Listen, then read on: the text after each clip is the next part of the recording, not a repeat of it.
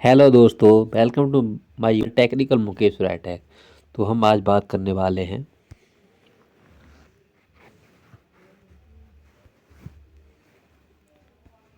जो चैप्टर है प्रकाश का परावर्तन तथा अपवर्तन। इसमें क्या है कि वैसे कि हमने पिछली वीडियो में कवर कर चुके हैं कि प्रकाश के परावर्तन के बारे में, जैसे कि 3-4 चैप्टर को कर चुके हैं, यानी कि 3 चैप्टर कवर कर दिए थे। उसके बाद नेक्स्ट ये है कि प्रकाश का परावर्तन तथा अपवर्तन। ठीक है, तो इसमें क्या है कि हम लेंस के बारे में पढ़ने वाले हैं, तो वीडियो के लास्ट तक बने रहें। अगर चैनल पर नए हैं तो चैनल जरूर सब्सक्राइब करके रखें, जिससे आपको लेटेस्ट नोटिफिकेशन मिलते रहें। तो नेक्स्ट इसका जो टॉपिक है वो देखेंगे लेंस। जैसे कि हमने पिछली वीडियो में दर्पणों के बारे में, यानी कि अवतल दर्पण, उत्तल दर्पण और समतल दर्पण के बारे में पढ़ा था। तो इसमें हम लेंस के बारे में पढ़ने वाले हैं।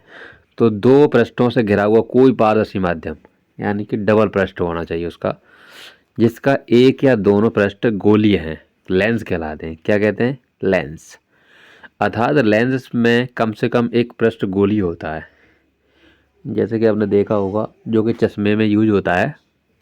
तो उसमें देखेंगे आप लेंस के प्रकार, यानी कि टाइप्स देखेंगे। एक होता है उत्तल लेंस, एक होता है अवतल लेंस। तो उत्तल लेंस जिस लेंस से में बाहर की ओर दो गोली पृष्ठ होते हैं उसे उत्तल लेंस या अभिसारी लेंस कहते हैं, और यह लेंस किनारों पर पतले तथा बीच में मोटे होते हैं।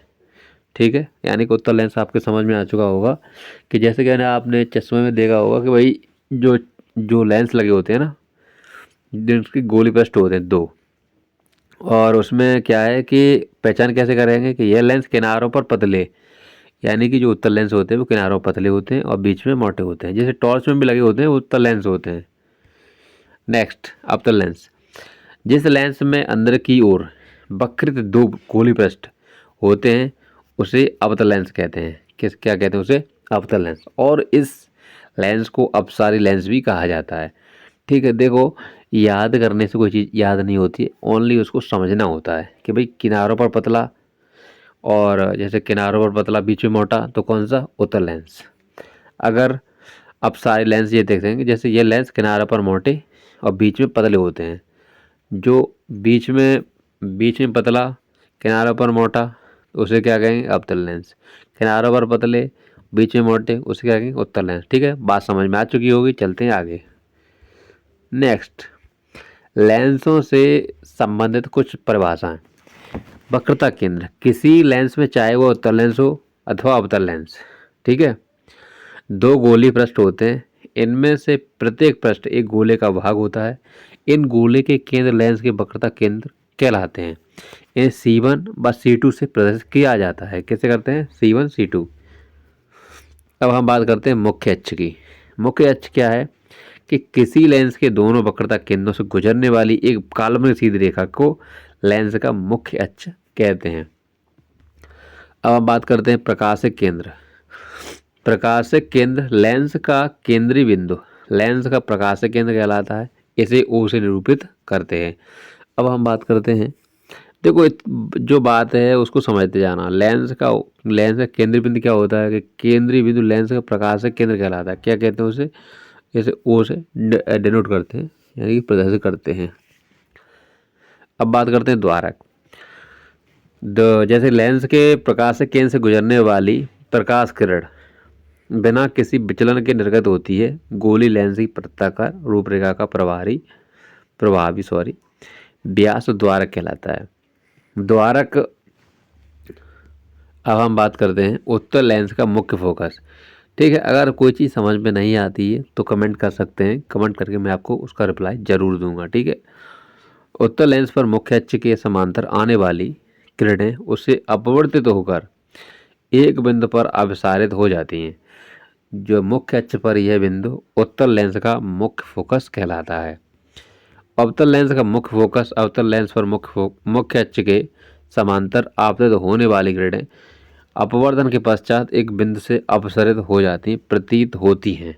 यानी कि अपसरित हो जाती हैं, उसे प्रतीत होती हैं, वो मतलब होती नहीं है लेकिन प्रतीत, यानी लगता है कि हाँ भी ये यहाँ से अपसरित हो रही हैं। मुख्य अक्ष पर स्थित यह बिंदु अवतल लेंस का मुख्य फोकस कहलाता है। नेक्स्ट, फोकस दूरी। फोकस दूरी की बात करें तो किसी लेंस के मुख्य फोकस की प्रकाशित केंद्र से दूरी फोकस दूरी कहलाती है। फोकस दूरी एफ से दर्शाया जाता है। कैसे दर्शाया जाता है? एफ से। अब हम बात करते हैं उत्तल लेंस द्वारा प्रतिबिंब बनने की स्थितियाँ। देखिए, जब वस्तु अनंत पर हो, ठीक है, तो प्रतिबिंब की स्थिति फोकस F2 पर होगी। प्रतिबिंब का आकार अत्यधिक छोटा होगा। प्रतिबिंब की प्रकृति क्या होगी? वास्तव में उल्टी बनेगी। ठीक है। अब हम बात करते हैं जब वस्तु 2F1 से परे हो, यानी कि 2F1 से परे हो, तो प्रतिबिंब की स्थिति F2 तथा 2F2 के बीच प्रतिबिंब का आकार जो छोटा बनेगा। प्रतिबिंब की प्रकृति वास्तविक तथा उल्टी रहेगी, यानी कि प्रतिबिंब प्रतीत होगा लेकिन उल्टा बनेगा। ठीक है। जब वस्तु 2F1 पर हो तो प्रतिबिंब की जो स्थिति है वो 2F2 पर रहेगी और प्रतिबिंब का आकार है वो समान, यानी कि जितनी बड़ी वस्तु होगी उतना ही बड़ा उसका प्रतिबिंब होगा। अब प्रतिबिंब प्रकृति का कोई वास्तवता उल्टा। जब वस्तु F1 तथा 2F1 के बीच हो तो प्रतिबिंब स्थिति 2F2 से परे है। प्रतिबिंब का आकार बड़ा, प्रतिबिंब प्रकृति वास्तवता उल्टा। ठीक है। नेक्स्ट, जब वस्तु F1 पर हो। ठीक है। ऐसे क्वेश्चन आपको देखने को मिलेंगे एग्जाम में, तो इन पर थोड़ा ध्यान दे देना। प्रतिबिंब की स्थिति अनंत पर होगी। प्रतिबिंब की आकार अत्यधिक बड़ा होगा।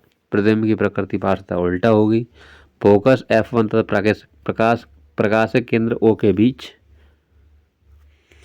प्रतिबिंब की स्थिति जिस ओर से बिंब है लेंस की उसी ओर प्रतिबिंब का आकार बड़ा होगा। ठीक है।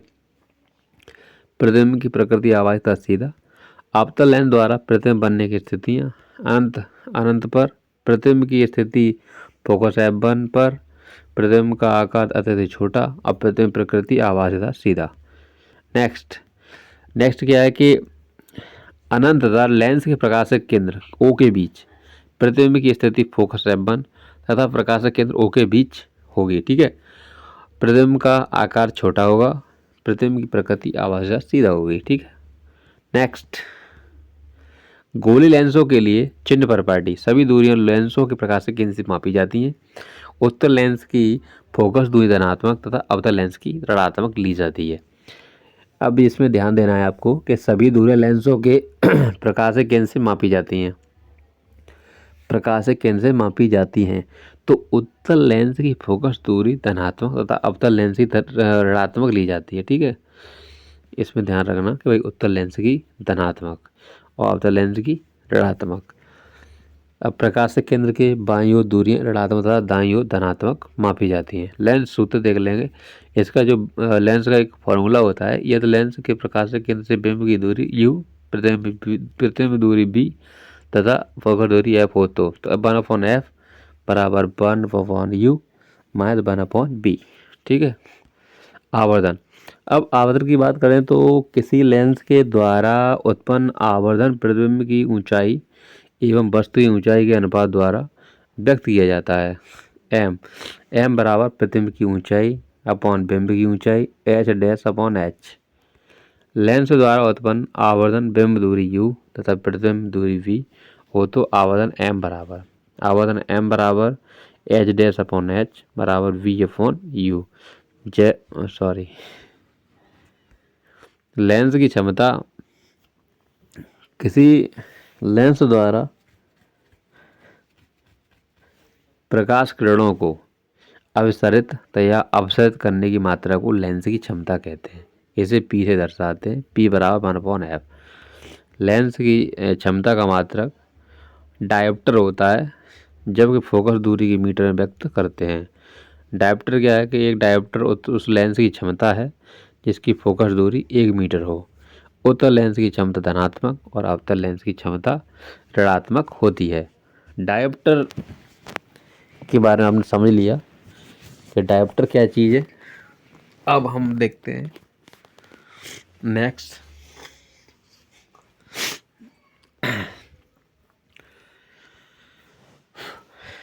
टॉपिक पढ़ता है, ये हाई स्कूल के लिए। ठीक है। मानव नेत्र तथा रंग बिरंगा संसार, चैप्टर 11 है।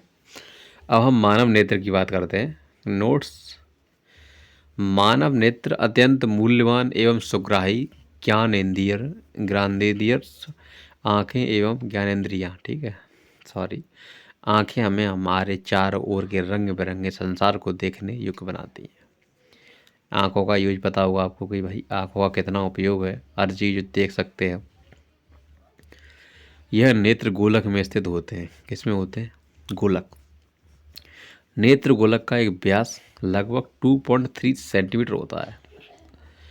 यानी कि उसका जो गोलक होता है उसका व्यास कितना होता है उसका? 2.3 सेंटीमीटर। इसको याद रखना क्योंकि ये टिक में पूछे जा सकते हैं। मानव मानव नेत्र के विभिन्न भाग एवं उनके कार्य। श्वेत मंडल, कॉर्निया, जैसे कॉर्निया बोलते हैं, यह नेत्र के अग्रभाग पर एक पारदर्शी झिल्ली है। नेत्र में प्रवेश करने वाली प्रकाश किरणों का अधिकांश अपवर्तन कॉर्निया के बाहरी पृष्ठ पर होता है। अब देखते हैं लेंस। यह एक उत्तल लेंस है जो प्रकाश को रेटिना पर अभिसरित करता है। यह एक रेशेदार झिल्लीवत पदार्थ का बना होता है। झिल्ली, ठीक है, सॉरी झिल्ली लिख दिया वहाँ। लेंस केवल विभिन्न दूरियों पर रखी वस्तुओं को रेटिना पर फोकसित करने के लिए आवश्यक फोकस दूरी में सूक्ष्म समायोजन करता है। अब हम बात करते हैं परतारिका। कॉर्निया के पीछे एक गहरा पेशीय डायफ्राम होता है जो पुतली के आकार को नियंत्रित करता है। अब पुतली देखो, पुतली क्या होती है कि पुतली आंख में प्रवेश करने वाली प्रकाश की मात्रा को नियंत्रित करती है। यानी कि जो लाइट पड़ती है उसको देखा होगा, पुतली वही कंट्रोल कर देती है। अब मेन चीज़ क्या है? रेटिना। यह एक कोमल सूक्ष्म झिल्ली है। यानी रेटिना क्या होता है कि एक बहुत ही सूक्ष्म झिल्ली होती है जिसमें प्रकाश सुग्राही कोशिकाएं अधिक संख्या में पाई जाती हैं। प्रदीप्त होने वाली प्रकाश सुग्राही कोशिकाएं सक्रिय हो जाती हैं तथा विद्युत सिग्नल पैदा करती हैं। यह सिग्नल दृक तंत्रिकाओं द्वारा मस्तिष्क तक पहुंचा दिए जाते हैं।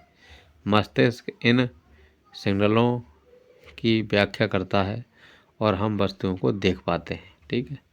दूर बिंदु, वह दूरतम बिंदु जिस तक कोई नेत्र वस्तुओं को सुस्पष्ट देख सकता है नेत्र का दूर बिंदु कहलाता है। सामान्य नेत्र के लिए यह बिंदु अनंत दूरी पर होता है। अतः एक सामान्य नेत्र 25 सेंटीमीटर अनंत दूरी तक रखी सही वस्तुओं को से रूप से देख सकता है।